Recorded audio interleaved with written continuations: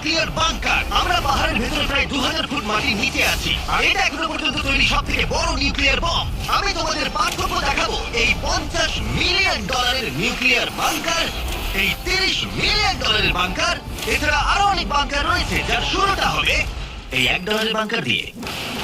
ঠিক আছে। দেখা যাক ভেতরে কি আছে। ও ভেতরটা ভিজে। আমি এখন তোমাদের এই বাংকারটা ঘুরে দেখাবো। তো এখানেই শেষ হলো। এটা এক ধরনের শিপিং কন্টেনার যা মাটির নিচে চাপা পড়ে রয়েছে।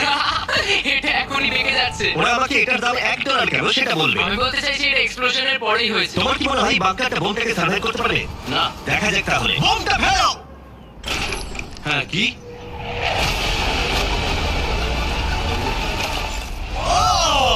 এই বাংকারটা পুরো ধ্বংস হয়ে গেল। পরেরটা গিয়ে দেখা যাক। পরেরটা হলো $1 মিলিয়ন বাংকার, যেটা বানানো হয়েছে মিসাইল শুট করবার জন্য এবং মাটির নিচে নিউক্লিয়ার মহাবিপর্যয়ের হাত থেকে বাঁচার জন্য।